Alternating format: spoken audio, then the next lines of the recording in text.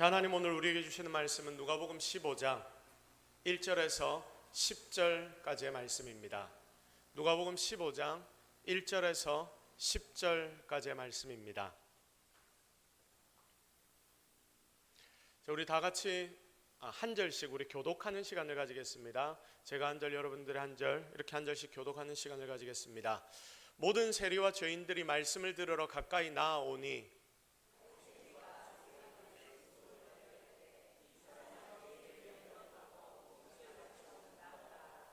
예수께서 그들에게 이 비유로 이르시되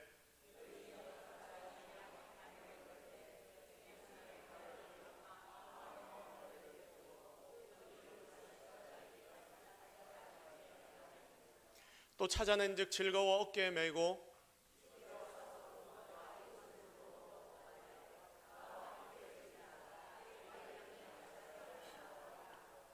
내가 너희에게 이르노니 이와 같이 죄인 한 사람이 회개하면 하늘에서는 회개할 것 없는 의인 99으로 말미암아 기뻐하는 것보다 더하리라.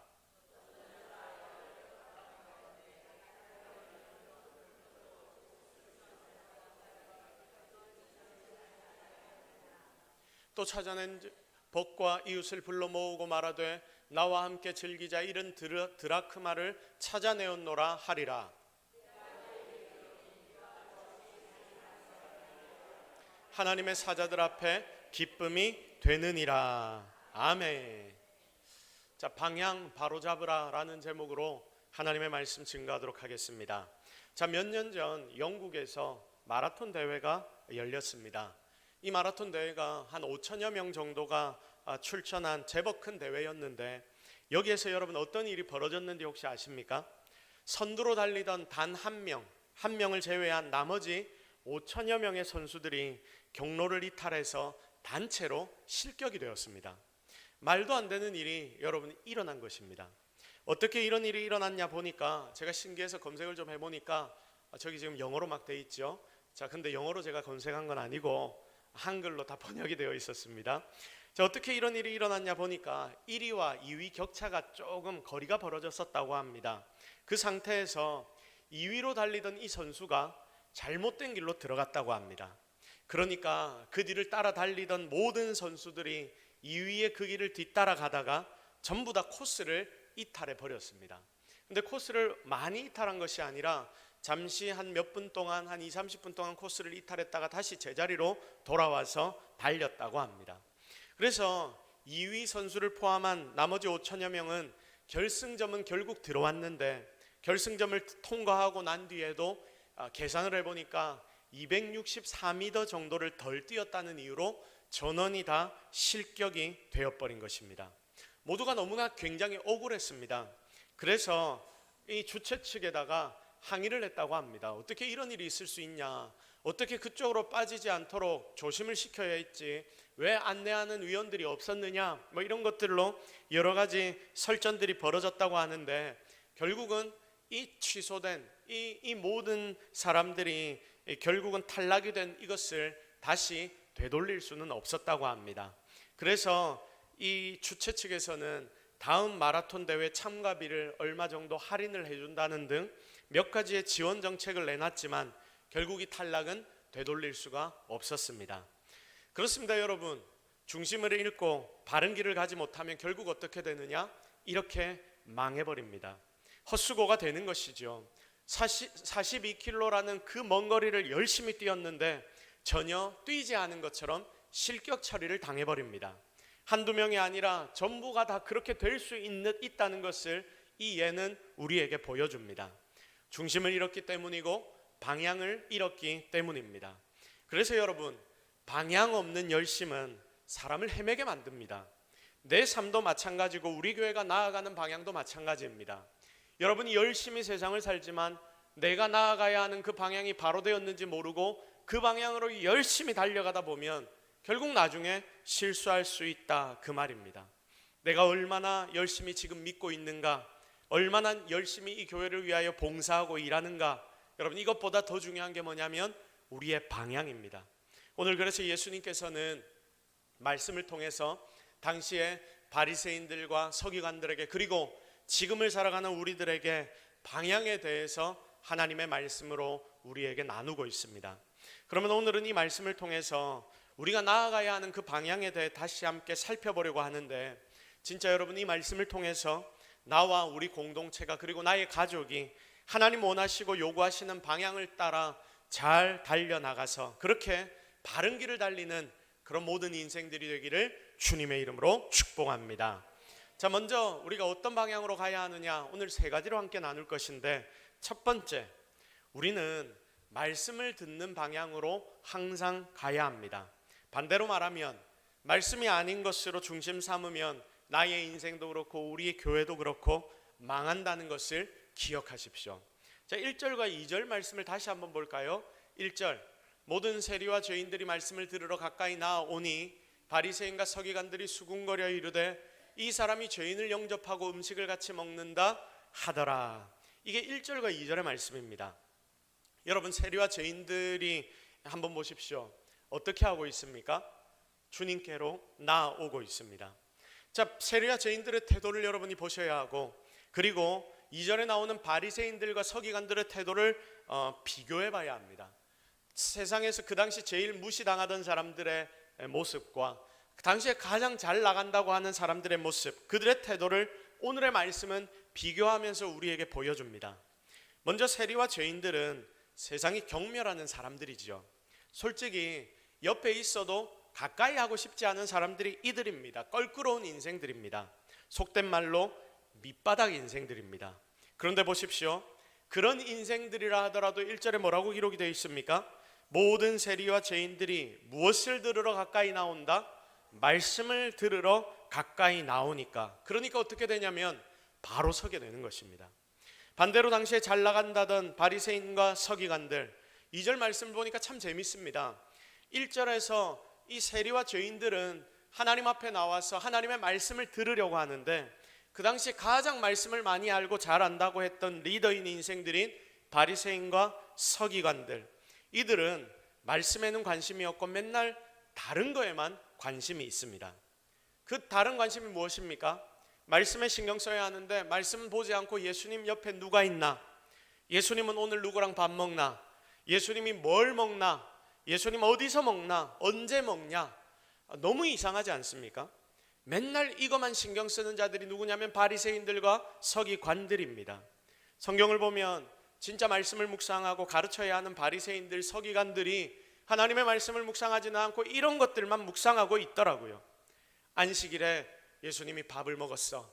안식일에 예수님 옆에 있는 제자들이 밀밭에서 밀을 비벼서 먹었어.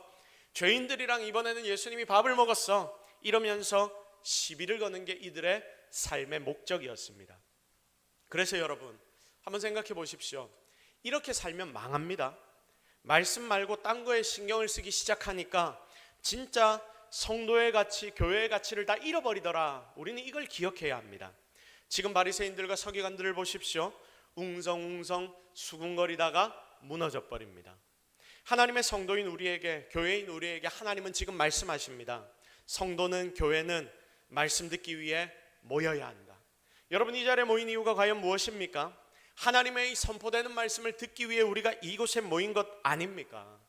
종교개혁을 하면서 우리 믿음의 선배들이 이 예배의 형식들을 완전히 바꿔버렸습니다. 그래서 예배에서 제일 크게 강조된 게 무엇이냐면 말씀 선포를 가장 가운데 놓고 하나님의 말씀을 가장 중요하게 여겼습니다.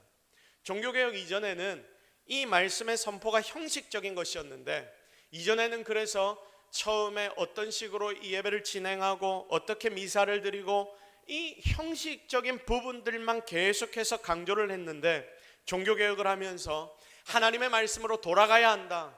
그래서 하나님의 말씀이 가장 중요해야 한다. 그래서 예배의 중심에 하나님의 말씀이 들어가게 된 것이고, 그래서 예배의 가장 많은 부분을 이 하나님의 말씀 선포가 차지하게 되었던 것입니다. 왜냐? 바로 이게 핵심이기 때문입니다. 하나님의 백성에게는 하나님의 음성이 필요합니다. 여러분, 1절 말씀을 보십시오. 말씀을 들으러 가까이 오는 세리와 죄인들, 비록 당시에 천한 자들로 따돌림을 당하는 그들이었지만 이들이 하나님의 말씀을 듣기 위해 하나님 앞으로 나아오니까, 예수 그리스도 앞에 오니까 결국 이들은 다 구원받고 생명 얻고 또한 놀라운 축복을 얻게 되었던 것입니다. 그래서 우리도 무엇에 집중해야 하냐? 하나님의 말씀에 집중해야 합니다. 반대로 바리새인들과 서기관들, 그 당시 잘 나가는 인생들이라고 했는데 맨날 다른 이들 수군거리기만 하고 이야기만 듣고 또한 내 감정만 챙기고 그리고 나의 마음이 상했다라고 이런 이야기들만 계속하고, 사실은 바리새인들과 서기관들이 왜 예수님 책 잡으려고 그랬습니까? 당시의 리더인 자기들에게 예수님이 머리 숙이지 않으니까, 자기들을 인정해 주지 않으니까 그것 때문에 사실은 마음이 상하고 삐진 거거든요.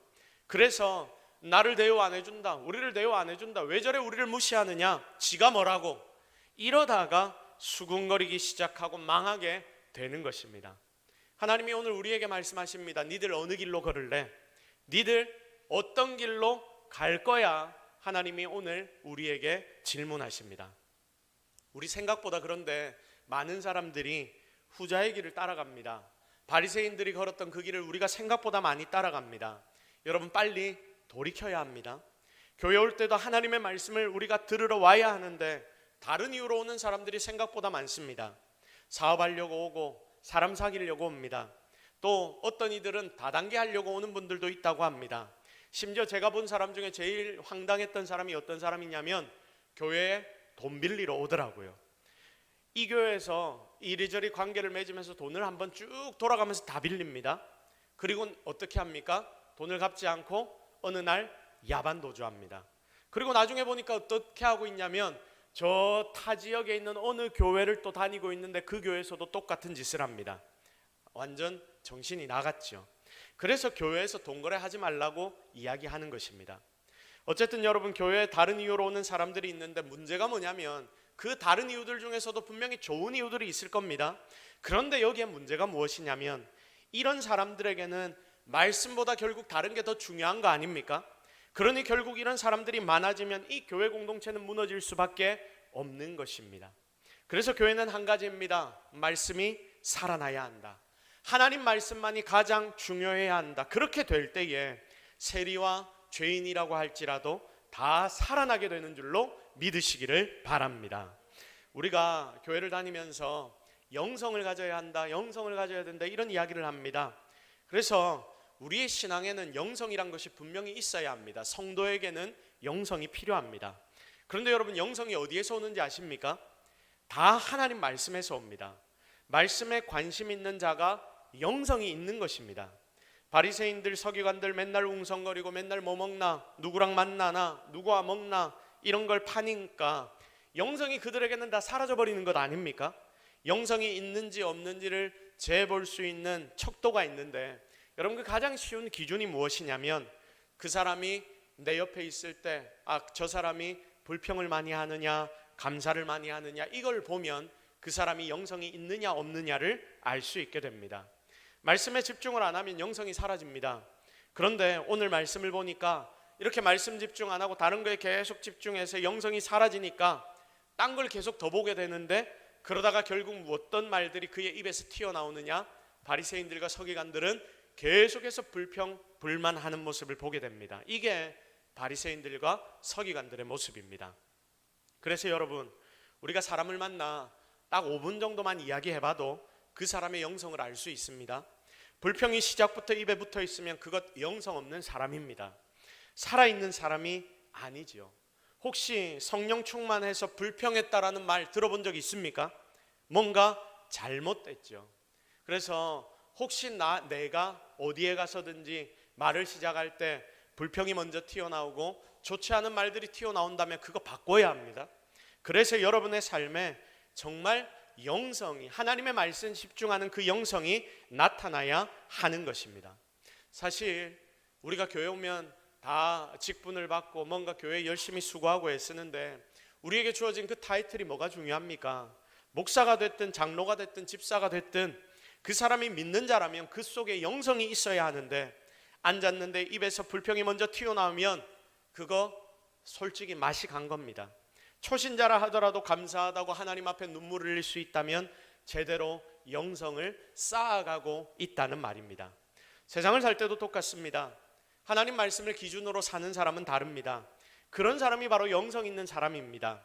그래서 이런 사람은 중심이 바로 세워져 있기 때문에 그렇게 많이 세상의 일들에게 흔들리지 않습니다. 그런데 하나님 말씀보다 보통은 세상의 소리에 많이 귀를 기울이기 때문에 이게 우리 속을 확 뒤집어 엎어 놓는 것입니다. 요한 1서 2장 16절 말씀을 한번 보십시오. 우리 다 같이 읽겠습니다. 시작.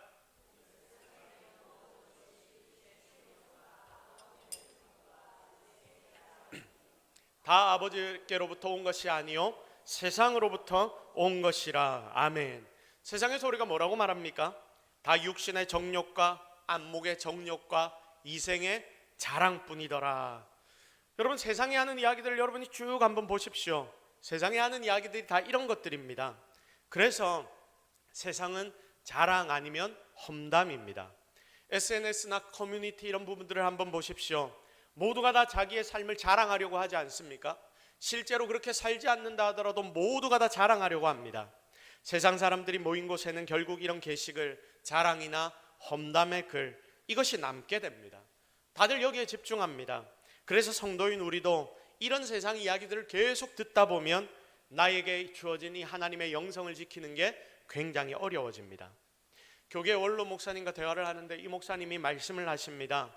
뭐라고 이야기를 하냐면 저희 후배 목사들에게 그리고 우리 모든 성도들에게 이런 이야기를 하더라고요. 아침에 일어나자마자 폰 열어서 인터넷을 보고 영상을 보고 이러지 마라 라고 말합니다. 여러분의 영성에 도움이 안 됩니다 라고 이야기합니다.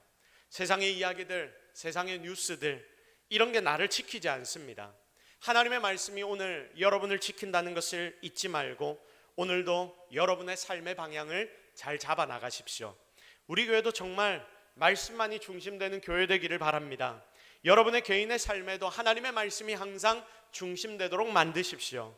그때 우리는 길을 잃지 않고 진짜 제대로 된 방향으로 달려나가게 되는 줄로 믿으시기를 바랍니다. 다음으로 우리는 연약한 자 중심의 생각을 가지고 세상을 살아가야 합니다. 우리 다 같이 한번 고백해 볼까요? 연약한 자 중심 생각을 가지고 살아가야 한다. 시작. 자, 어떤 중심 생각을 가지고 살라? 약한 자 중심으로 생각하며 살아라. 자, 오늘 본문의 말씀을 보면 예수님께서 지금 그들에게 말씀을 하시는데 그들이 누구냐면 세리와 죄인들이 아니라 2절에 나온 바리새인과 서기관들입니다. 수군거리는 자들에게 예수님이 지금 말씀을 하시는데 이게 비유로 나타나고 있습니다. 여러분, 이 불평하는 자들에게 비유를 주십니다. 3절 말씀을 한번 볼까요? 3절 말씀, 예수께서 그들에게 이 비유로 이르시되, 지금 말씀하죠. 2절에 있는 바리새인들과 서기관들에게 비유로 이야기를 하십니다. 첫 번째 비유가 무슨 비유입니까? 4절부터 등장합니다. 예수님이 불평하는 그들에게 잃은 양 비유를 주십니다. 야, 내가 죄인들에게 가서 죄인들과 함께 왜 밥을 먹는지 니들 아냐? 그게 바로 하나님 아버지의 마음이기 때문이야. 양 찾는 마음. 99마리의 양보다 잃어버린 한 마리의 양을 하나님 아버지는 찾기를 원하셔서 나는 바리새인들과 서기관인 너희들에게 가는 것이 아니라 잃어버린 세리와 죄인들에게 가는 거야. 그래서 나는 그들과 밥을 먹고 그들과 함께 시간을 보내는 거야. 이게 주님의 이 비유를 통한 바리새인들과 서기관을 향한 음성입니다. 보십시오. 그러면서 7절에 말씀하는데 뭐라고 말씀합니까? 다 같이 읽습니다. 시작. 내가 너희에게 이르노니 이와 같이 죄인 한 사람이 회개하면 하늘에서는 회개할 것 없는 의인 99으로 말미암아 기뻐하는 것보다 더하리라. 아멘. 죄인 한 사람이 회개하면 회개할 것 없는 의인 99보다 하나님이 더 기뻐한다라고 말씀하십니다. 죄인 한 명을 더 기뻐한다. 사실 우리 삶의 기준, 세상의 기준과는 너무 다른 말 아닙니까? 이 세상을 보면 결정하기 편한 대로 세상은 흘러갑니다. 사회적인 합의, 그게 뭡니까? 다수결이죠. 여러분, 다수결이 무엇이냐면 한 명 대 99명이면 누가 이깁니까? 99명이 중요하다. 99이 더 중요하다. 인간 세상은 다 이렇게 이야기를 합니다. 이걸 뭐라고 이야기하냐면 공리주의라고 말합니다. 여러분, 아마 한 번씩은 들어보셨을 겁니다. 최대 다수의 최대 행복. 최대 다수가 최고의 행복을 누리도록 사회는 흘러가야 한다. 그게 바로 공리주의입니다. 그게 합리적인 듯하죠. 그러다 보니까 어떤 일이 벌어지느냐, 한두 명은 어떻게 돼도 문제가 없는 게 이 사회가 되어가고 있습니다. 그래서 막 몰아붙이고 다수결로 밀어버리고 민주주의를 주장하는 사람들이 더 시게 이러고 있지 않습니까? 그런데 잘 들으십시오. 교회는 이렇게 돌아가면 절대 안 됩니다. 다수결은 효율입니다. 효율을 따지면 결국 나중에는 싸움밖에 안 납니다. 표 대결 결국은 가야 됩니다. 교회는 절대로 그렇게 흘러가면 안 됩니다. 하나님 백성들이 그래서 해야 할 일이 무엇이냐? 가장 약한 사람 거기에 관심 가져야 합니다. 그리고 우리가 이렇게 생각하고 이렇게 행동하고 교회가 이 중심으로 돌아갈 때 이런 생각과 행동이 바로 우리 모두를 살린다는 것을 기억하십시오. 세상에 잘 보면 이렇게 약한 자 중심으로 돌아가는 공동체가 세상에 딱 하나 있습니다. 어디일까요? 어디입니까? 가정입니다. 여러분, 바로 가정이죠. 가족이 그렇게 돌아갑니다. 여러분, 이게 진짜 세상에 가장 우리가 볼 수 있는 약한 자 중심으로 돌아가는 공동체입니다. 우리가 반주하는 보배 집사님, 이 지수 집사님 가정에서 아기가 이제 정말 곧 태어날 건데, 가정에 갓난아이 하나가 태어나면 어떻게 됩니까? 모든 게 다 아이 중심으로 개편돼 버립니다. 결혼할 때는 이제 신랑 신부가 우리가 이제 결혼하고 신혼이니까 좋은 침대를 사야지, 아주 멋진 침대를 딱 갖다 놓습니다. 그런데 아이가 태어날 때쯤 되면 어떻게 되는지 아십니까?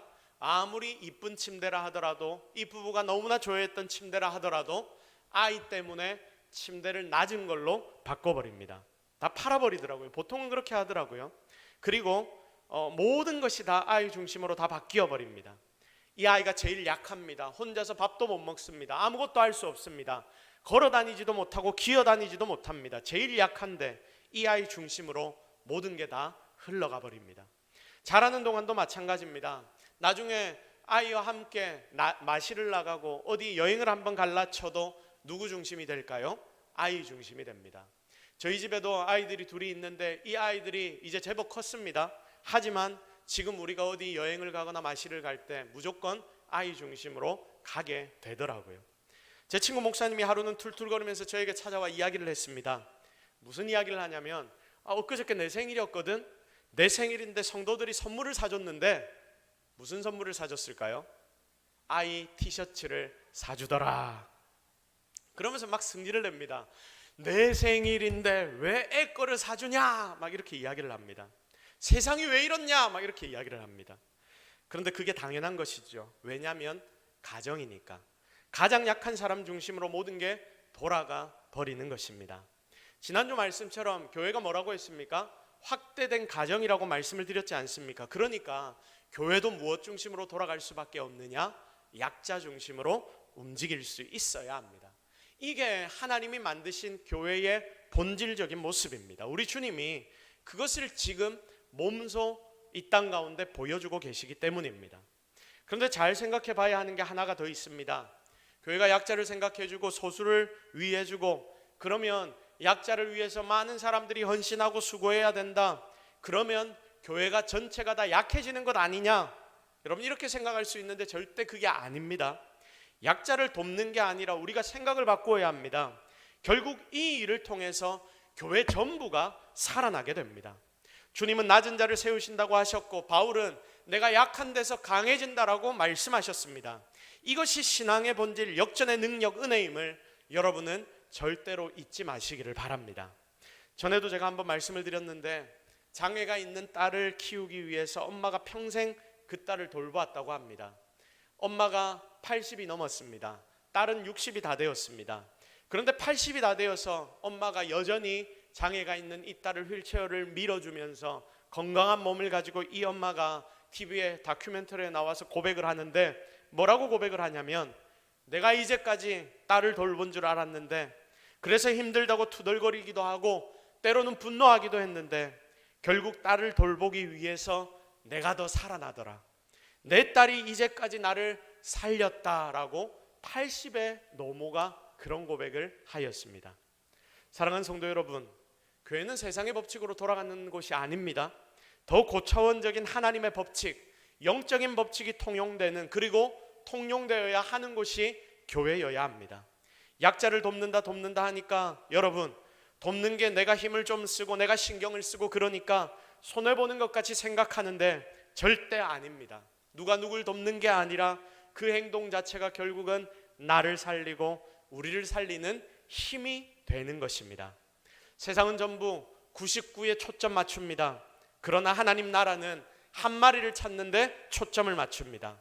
그런데 신기하게도 그 한 마리 찾는 것 때문에 모두가 다 살아갑니다. 그래서 99마리 전부가 다 뛰어가서 한 마리를 살리는데 같이 힘쓰라. 그러면 다 살게 될 것이다. 오늘 주님은 바리새인들과 서기관들에게 그리고 오늘을 살아가는 우리에게 이 말씀을 하시는 것입니다. 진짜 여러분, 교회 와서 약한 자들을 돌아봐 주십시오. 새가족들이 오면 그들에게 집중하는 이유가 이거 아닙니까? 그리고 우리 다음 세대 아이들에게 우리가 집중하는 이유가 이거 아닙니까? 저 아이들에게 수고하고 헌신하고 더 많은 재정을 투자한다고 저 아이들이 지금 당장 어떤 결과를 우리에게 줍니까? 아무것도 주지 않는 것 같습니다. 그러나 우리는 계속해서 힘을 저들에게 주어야 합니다. 왜냐하면 그것이 우리 모두가 살아날 수 있는 방법이기 때문입니다. 그러므로 직분자들 여러분, 너무 서운하게 생각하지 마십시오. 다른 사람들이 우리를 알아주지 않는다라고, 우리를 챙겨주지 않는다라고 너무 서운하게 생각하지 마십시오. 그 힘을 가지고 우리 주님이 명령하시는 그 다음 세대 그리고 새가족 또한 약한 자들을 돌볼 때에 우리 모두는 함께 살아나게 될 것입니다. 그래서 여러분, 우리가 또 해야 하는 것이 무엇이냐? 교회 와서 비교하지 마십시오. 나 혼자 우아하게 행동하지 마십시오. 교회에서 우아하게 행동하는 사람이 사실은 제일 바리새인 같은 사람입니다. 좀 마음에 안 드는 사람이 있다고 나는 그러지 않아요 이러고 다니지 마십시오. 헌신하고 사랑하고 약한 자 옆에 내가 먼저 가고 힘든 곳에 내가 서고 내 마음에 들지 않는 사람 옆에 괜히 내가 가고 싫은 사람 더 위해주고 이렇게 약한 자, 잃은 자들에게 마음 둘 수 있는 정확한 하나님의 방향을 마음에 두는 저와 여러분, 우리 동서교회가 되기를 주님의 이름으로 축복합니다. 마지막으로 주님이 주시는 가치관으로 행동해야 합니다. 자, 우리 다 같이 고백합시다. 주님 주시는 가치관으로 행동합시다. 시작. 자, 예수님께서 바리새인들과 서기관들에게 말씀하시면서 비유를 하나 주시고 난 뒤에 하나의 더 비유를 주십니다. 그 비유가 무엇입니까? 드라크마 비유이죠. 자, 10드라크마가 있었는데 그 중에 몇 개를 잃어버렸다? 한 개를 잃어버렸다. 그래서 이 여인이 어떻게 합니까? 찾습니다. 그런데 언제까지 찾습니까? 찾을 때까지 계속 찾더라. 찾고는 심지어 드라크마를 찾았다고 뭐 합니까? 잔치를 합니다. 여러분, 드라크마가 그 당시에 얼마 정도 하냐면 한 드라크마가 한 6, 7만 원 정도 했다고 합니다. 6, 7만 원짜리 잃어버렸다가 그거 찾았다고 잔치를 하면 이게 여러분 이득입니까? 손해입니까? 손해입니다. 손해. 자, 그런데 잔치까지 하더라. 이렇게 오늘 예수님은 비유를 통해 말씀하십니다. 이미지를 한번 보십시오. 왜 드라크마가 중요하나라고 봤더니 이 여인의 머리에 뭐가 있습니까? 드라크마 10개를 묶은 머리띠 이런 게 있죠. 이게 보통은 결혼을 할 때 신부가 신랑에게 받는 선물이라고 합니다. 그러니까 중요한 게 되는 것입니다. 그래서 이걸 찾으면 그만큼이나 중요하게 잔치까지 벌이는 일이 되더라, 그 말씀입니다. 보통은 이 본문을 가지고 많은 설교자들이 잃어버린 영혼, 그들을 찾는 하나님의 마음에 대해서 우리에게 설교를 하고 우리도 그렇게 은혜를 받아 누릴 때가 많습니다. 그런데 우리는 여기서 또 중요한 포인트 한 가지를 더 찾아내야 합니다. 제가 대학원 때였을 겁니다. 잘 쓰던 만 원 정도짜리, 정확한 가격은 모르겠지만 한 그 정도 되는 볼펜이 하나가 저에게 있었습니다. 학교에서 맨날 그것만을 사용했습니다. 왠지 부드럽게 잘 써졌습니다. 그래서 참 유용하게 사용했습니다. 그런데 하루는 이 볼펜이 제 눈에 보이지가 않는 겁니다. 분명히 기숙사에 놔둔 듯 했는데 찾아보니 없었습니다. 여러분 어땠겠습니까? 제 마음의 상실감이 굉장히 컸습니다. 그래서 기숙사 제 방을 확 다 뒤집어 엎었습니다. 그런데도 안 나오는 겁니다. 어제 갔던 동선을 생각을 해보니까 다른 친구 기숙사 방에 들어갔던 기억이 납니다. 그 방을 찾아갔습니다. 그리고 그곳에서도 어떻게 했겠습니까? 그 방을 확 뒤집었습니다. 침대까지 들었습니다. 자, 거기까지 확 뒤집어 엎으니까 딴 방까지 제가 그러고 있으니까 옆에서 그 친구 목사님이 뭐라고 저에게 이야기를 했는데, 그 말이 무엇이냐면 뭘 찾냐라고 저에게 처음에 질문을 하는 겁니다. 그래서 제가 대답을 했습니다. 내가 잘 쓰던 그 볼펜이 지금 없어져서 이 볼펜 찾으려고 여기저기 돌아다니고 있는 거야. 그런데 이 볼펜이 뭔지를 이 목사님이 아셨거든요. 이 목사님이 뭐라고 대답을 하냐면 그거 찾느라고 이 난리야 라고 저에게 이야기를 합니다. 그리고 한마디를 덧붙입니다. 뭐라고 이야기를 했을까요? 더 이상 찾지 마, 내가 사줄게, 이렇게 이야기를 하는 겁니다. 그 소리를 듣고도 저는 끝까지 그 볼펜을 찾기 위해 돌아다녔습니다.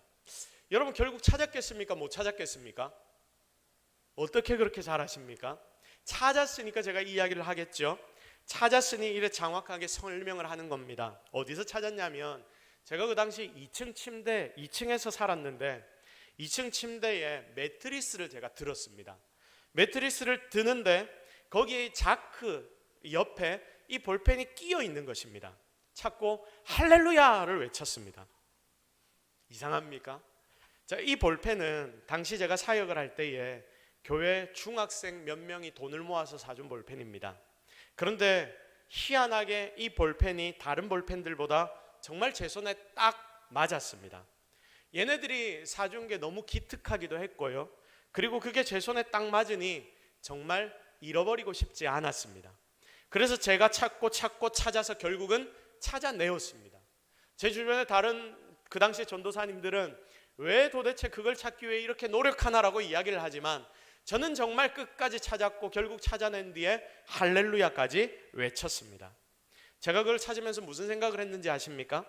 세상에 다른 사람은 누구도 이 볼펜을 찾을 수 없을 거야.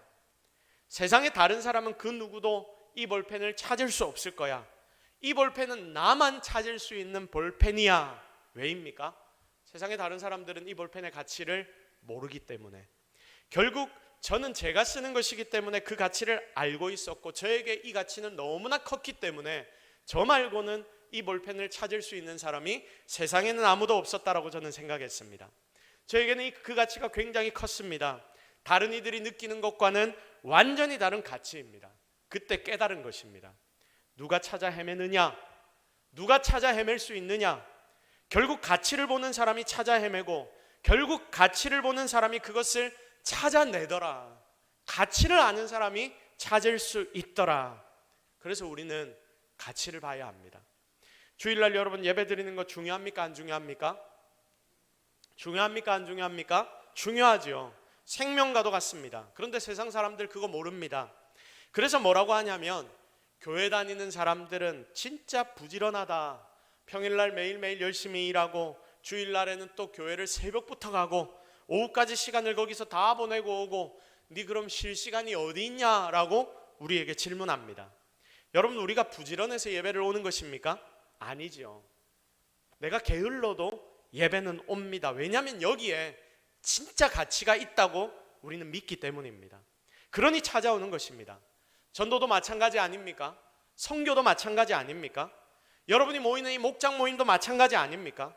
모르는 사람은 거기를 왜 가냐? 왜 거기에 힘든 오지에 굳이 그렇게 돈을 써가면서 왜 거기에 가냐?